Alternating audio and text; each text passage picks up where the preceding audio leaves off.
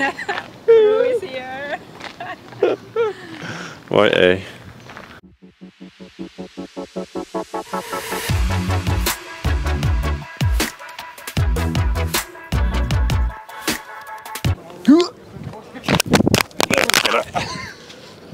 Noniin. Joo, eli pitäähän paikkaansa. Mä muutin Barcelonasta Helsinkiin. Ja tässä videossa käydään läpi syyt, miksi mä muutin. Ja onks mä oikeasti tyytyväinen täällä Helsingissä? Vai oliko se virhe muuttaa takaisin? Miksi mä tein näin? Oliko tää virhe? Oliko se ihan oikea päätös? Tai sitten mä oon ihan täysin tyhmä. Tää tämmönen parkour. Mä tosiaan asuin Barcelonassa 2 vuotta. Se on kaupunki, missä D-vitamiini paistaa. Naiset ei pidä vaatteita päällä. Ja mä jään autojen alle. Jos katsoo pinnalta, niin Barcelona vaikuttaa todella hyvältä kaupungilta. Siinä on hyvät safkat, kansainväliset ihmiset, paljon naisiakin. Mitä tähän sanoisi? Miltä nyt tuntuu? No, hyvältä tuntuu. Mä oon asunut Barcelonassa 2 vuotta ja en voisi olla iloisempi palata Suomeen. Suomen kesää. Tänään on hellepäivä. Hymystä näkyy, miten iloinen mä oon. Ja tää on pelkkää nautintoa. Mä oon iloinen sen takia, että Suomessa on hyvät palkat. Suomessa kaikki on reilua. Mä sanoisin, että kaikki on reilua. Siinä ei ole mitään semmoista niin touhua kuin mitä on byrokratiassa niin kuin Espanjassa. Kukaan ei sua auta siellä. Sä oot ihan yksinäinen.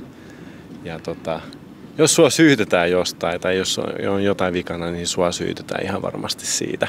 Kaikki on sun syytä, vaikka ne ei sua auta eikä sano miksi sä oot tehnyt väärin.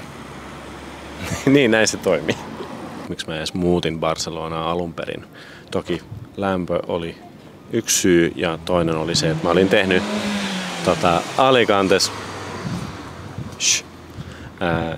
vaihon 2020 ennen koronaa ja se jäi kesken. Sitä piti suorittaa loppuun saakka, niin sanotusti.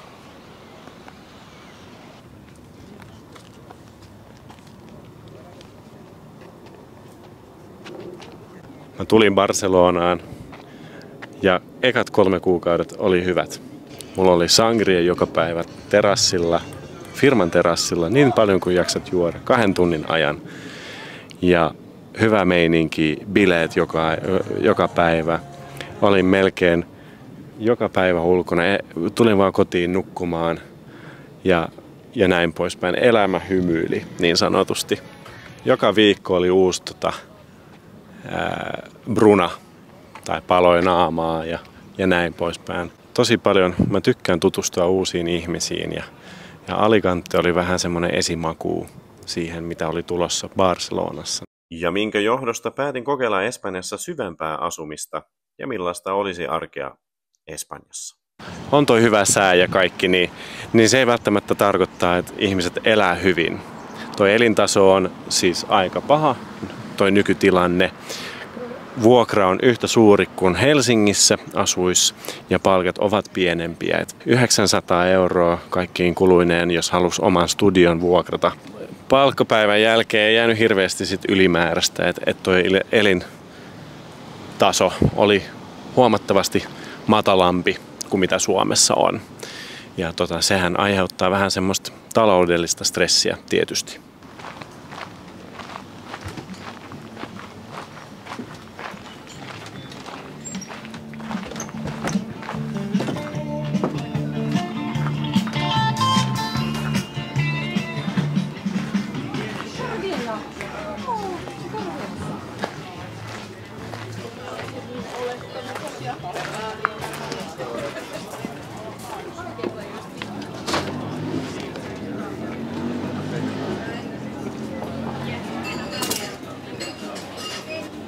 Pitäisikö tilaa bissen? Ei ole samat hinnat kuin Barcelonassa. Ne maksaa 2 € baarissa siellä. 6 six-pack Estrella Galicia oli 3,67 €.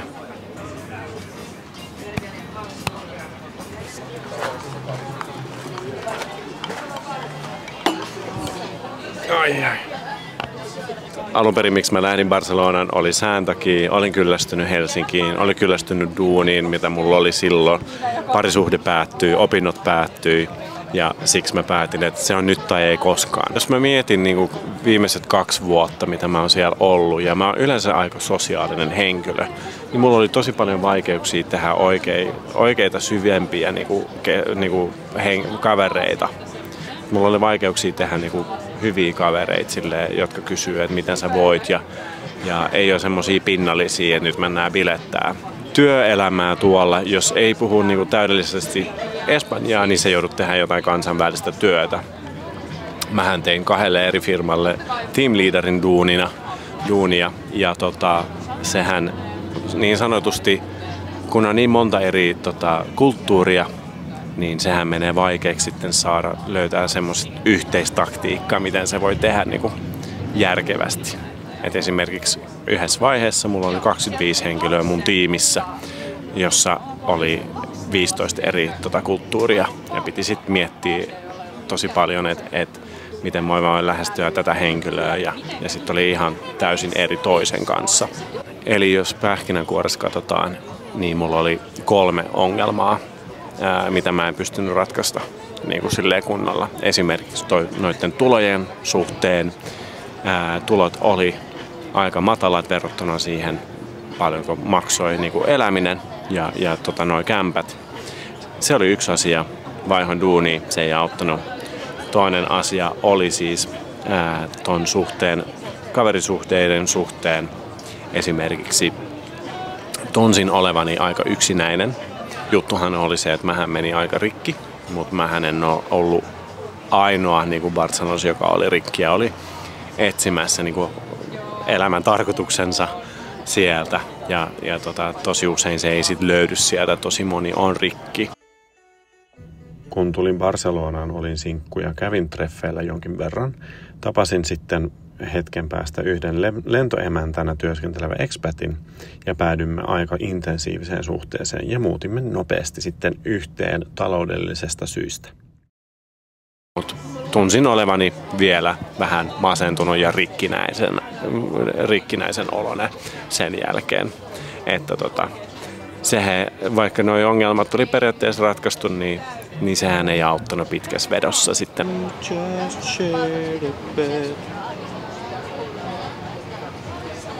Jossain vaiheessa sanon poikki, mutta seuraavana päivänä korkki oli taas auki.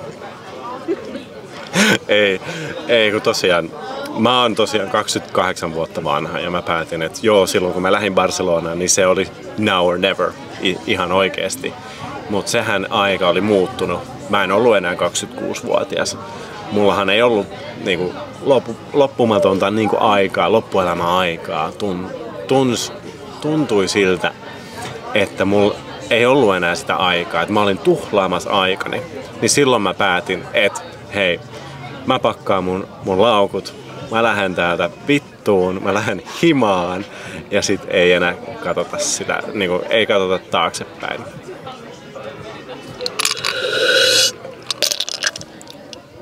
Niin sit mä pakkasin kaikkea, irtisanoin itteni töistä, lähdin Meksikon reissuun, vedettiin vikat kakkakännit ja sit lähettiin sieltä vittuun. Ja käyn nyt hakee mun laukut, ehkä moikkaa pari kavereita, kun mä käyn ensi kerran siellä, mutta se saattaa sitten olla viimeinen kerta. Mä tulin eka kertaa takas Suomeen, kävin Alepas. Karkkihylly oli isompi kuin vaan mikä. Siis karkkihylly on niin iso. Barcelonassa on 2 makua per kauppa. Niin. Ja siis ruoka on erittäin hyvä. Ainesosat on vaan parempia Suomessa. Et sen mä voin ihan suoraan sanoa. Iloista elämää ja tosi paljon menoja ja näin poispäin. Oho. Okei, mulla ei ole yhtään menoja. Mä oon ihan yksinäinen kotona. Mä vaan feikkaan, että mulla on tosi paljon ystäviä. Eikä ole naisiakaan. Mulla on pelkkiä miehiä. Joo, Barcelona-syndrooma. Eli se tarkoittaa, että ihmiset spiraaloi. Eli kaikki menee huonommaksi ja huonommaksi. Ne yrittää sanoa itselleen, että ei meekään huonommaksi. Ja sitten ne elää sitä valhetta. Niin Barcelona syndrome, feel free to use that. Nam nam.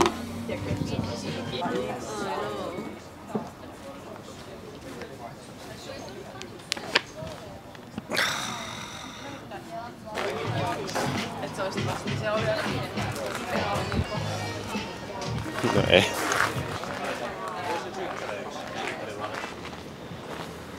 Kuuluuko tää? Hyvät naiset ja herrat, Hilton Hotel on nurkan takana. This has been your local tour guide, Gustav fucking Wijk. Joo, tässä on tämmönen työmaa, kuten te näette. Tää varmaan kestää 5 vuotta.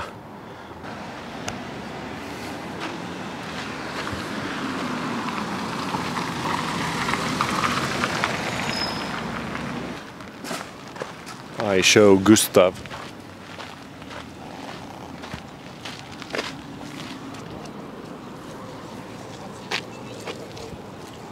Tuolla me äsken käytiin.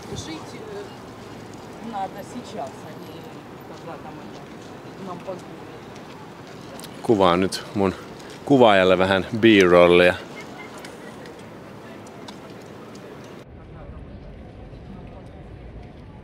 On hyvä olla täällä Suomessa taas, kun pääsee S-Markettiin. Vai miten niin? Pääsee ostamaan karhua. No ei läppä. Mun lempparituote Espanjassa, mitä mä aina söin tai join, oli itse asiassa gazpacho. Katsotaan, jos löytyy. No, täällä on muttitomaatteja. Olisiko toi tomaatti gazpacho kylmässä? Ei, kun tää on vaan pelkki mansikkakeittoi.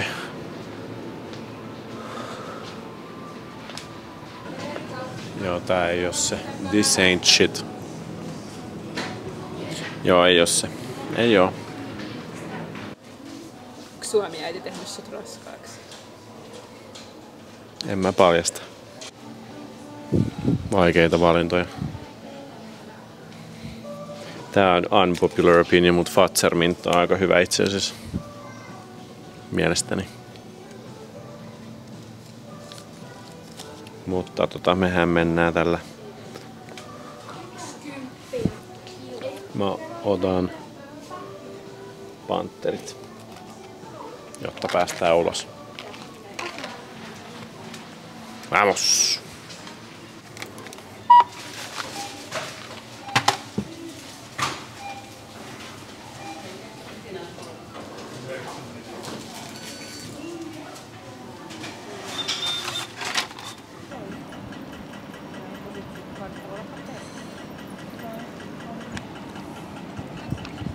Ootas, mulla on salmiakki suus.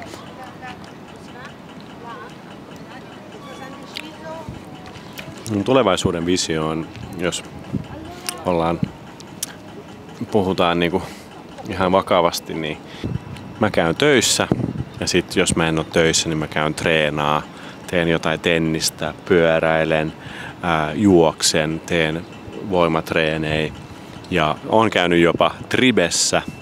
Shout out to Tribe.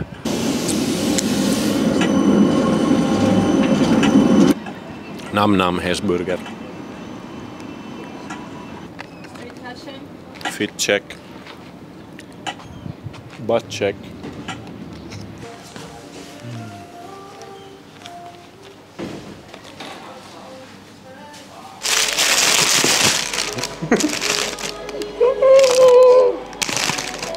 En ole itse asiassa nolannut tarpeeksi itteni tänään. Tätä mä ajattelin.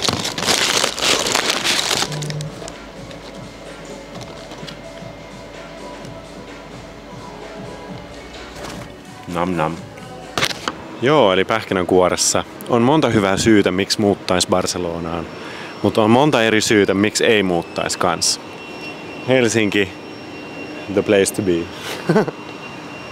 Barcelona on kaunis kaupunki, niin sanoisin, että tää on yhtä kaunis sisältä ja ulkolta kuin Barcelona.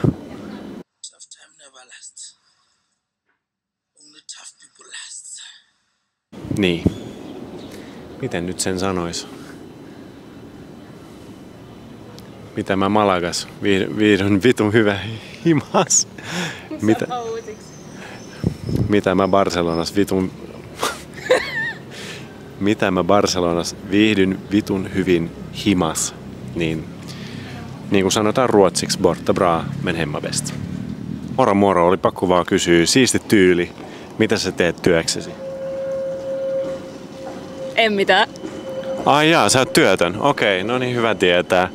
Tilatkaa meidän kanavaa, niin hän ei olisi enää työtön.